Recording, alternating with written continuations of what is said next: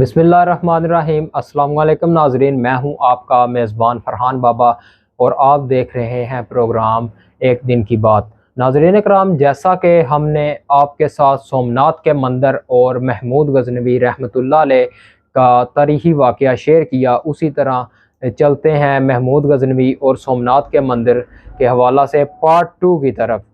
हिंदुस्तान की कदीम तारीख में 1857 तक सोमनाथ पर महमूद गज़नवी रहमतुल्लाह अलैह के हमलों का कोई फ़िरका वराना पहलू इस मुल्क के मुश्तरका हिंदू और मुस्लिम माशरे में नहीं मिलता।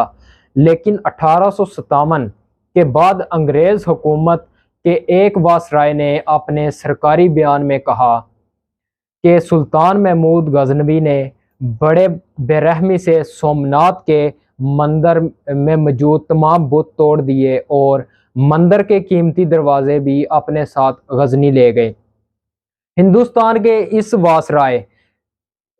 वासराय के बयान को सरकार बरतानिया ने दुरुस्त तस्लीम कर लिया और मंदिर के उखाड़े गए तमाम दरवाज़ों को गजनी से वापस लाने की कार्रवाई भी शुरू कर दी गई।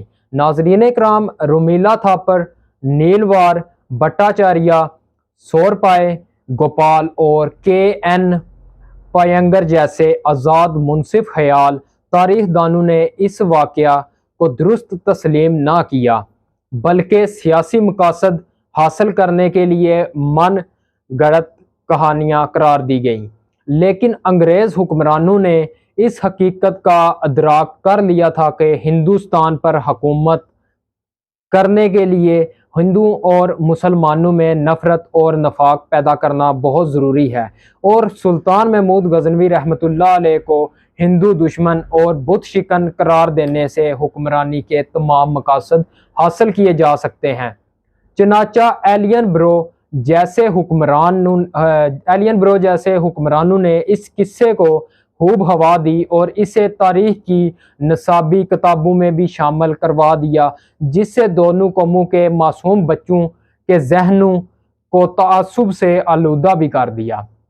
महमूद गज़नवी रहमतुल्लाह अलैह और सोमनाथ के मंदिरों के बारे में एलियन ब्रो ने इजाफी अफसाना खड़ा कर दिया और जिसका प्रोपेगेंडा तकरीबन एक सदी तक होता रहा।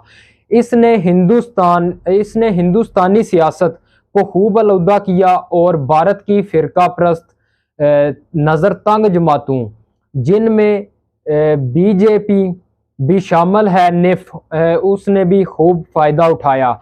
इस ज़मन में एक इंतहाई मुनासिब सियासतदान के.एम. मुंशी का जिक्र ज़रूरी है, जिसने सोमनाथ के मंदिर की मुबैना शिकनदस्तगी और लूट खसूट को अफसाने के अंदाज में पेश किया और सियासी तासुब सोमनाथ मंदिर के इस मनगढ़ंत वाक़या के साथ जोड़ दिया।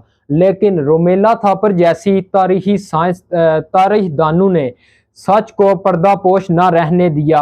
मोअज़्ज़िन सोमनाथ मंदिर के हवाला से रोमिला थापर ने 2005 में एक किताब सोमनाता एक तारीख की कई आवाज़ें लिखी, जिसमें उन्होंने सुल्तान महमूद गज़नवी रहमतुल्लाह अलैह के सोमनाथ मंदिर पर हमले का तफसील के साथ जिक्र किया। रोमेला थापर के मुताबिक सोमनाथ मंदिर पर हमले और इसके बड़े बुत को तोड़ने के वाक़यात को भारत में हिंदू मुस्लिम तफरीक का एक गलीदी लम्हा बताया जाता है, जबकि हकीकत में उस ज़माने में इसकी शायद इतनी अहमियत नहीं थी। बरतानवी राज में सबसे पहले अंग्रेज़ों ने इस वाक़या को हिंदू मुस्लिम तफरीक के तौर पर पेश किया। इसके बाद से मतनाज़ात नज़रियात के लोगों को अपने अपने मायने पहुँचाते रहे। 11वीं से 14वीं सदी तक इस वाक़या की कोई ख़ास अहमियत कदर कीमत ना थी और मकामी ज़राए और दस्तावेज़ात में इसका मामूली सा जिक्र किया गया है। इन मालूमात से ये तासुर भी मिलता है कि उस ज़माने में उस माहौल में मंदिरों की तबाही, लूट मार और फिर मरम्मती काम बहुत आम थी। रोमिला थापर ने सैकड़ों किताबों में संगीनगी के हवाले से ये हकीकत भी दरियाफ्त की कि सोमनाथ का मंदिर सोमनाथ पिटन, सोमशोर पिटन और देव पिटन के नाम से भी मशहूर था।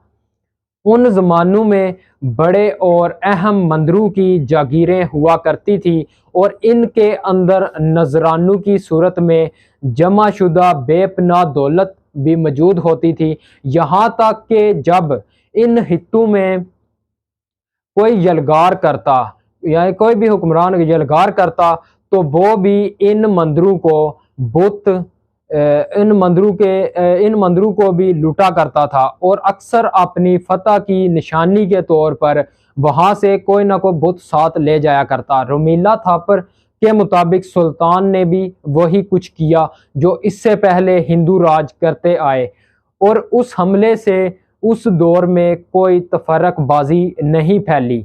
इस हमले की बुनियाद पर हिंदू मुस्लिम फसादात तकरीबन 4 सदियों बाद शुरू हुए और ये फसादात हिंदू पंडितों की जानब से भी तरतीब दिए गए थे जो कि आज भी जारी और सारी हैं। जी तो नाजरीन, ये था सुल्तान महमूद गजनवी रहमतुल्लाह ताला अलैह और सोमनाथ के मंदिरों के हवाले से वीडियो का पार्ट 2।